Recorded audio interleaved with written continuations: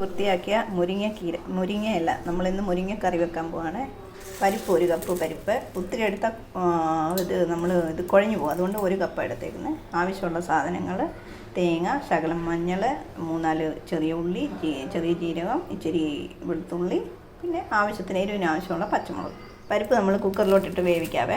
അതിനുള്ള ആവശ്യത്തിന് വെള്ളം, ആവശ്യത്തിന് ഉപ്പും ഇട്ട് 2 പച്ചമുളകും കൂടെ അരിഞ്ഞിട്ട് വേവിക്കണം. ഇതൊക്കെല്ലാം നെയ്യും കൊടുത്ത് കൊടുക്കണം. പെട്ടെന്ന് വെന്ത് കിട്ടും. പരിപ്പ് വേകുമ്പോഴത്തേക്ക് 1 കപ്പ് വെള്ളം ഒഴിച്ച് നമുക്കിത് നന്നായി അരച്ച് വെക്കാം, പേസ്റ്റ് പരുവത്തി. പരിപ്പ് വെന്തു. നമ്മൾ അരച്ച് വെച്ച തേങ്ങ അതിനകത്തോട്ട് മിക്സ് ചെയ്യണം. കുത്തി വന്ന് ചെറിയ ഉള്ളി ഇട്ട് കൊടുക്കുക. അരപ്പ് ജസ്റ്റ് ഒന്ന് തിളച്ചാൽ മതി. തിളച്ച് കഴിയുമ്പോൾ സ്റ്റൗ ഓഫ് ചെയ്യണം. ഉണക്കമുളക് ഇട്ട് കൊടുക്കുക. ക്ലീൻ ചെയ്ത മുരിങ്ങയില ഇട്ട് കൊടുക്കുക. തീരെ മൂത്തിട്ടുണ്ട്. ഇനി അതെല്ലാം കൂടി ഇതിനകത്തോട്ട് മിക്സ് ചെയ്യുക.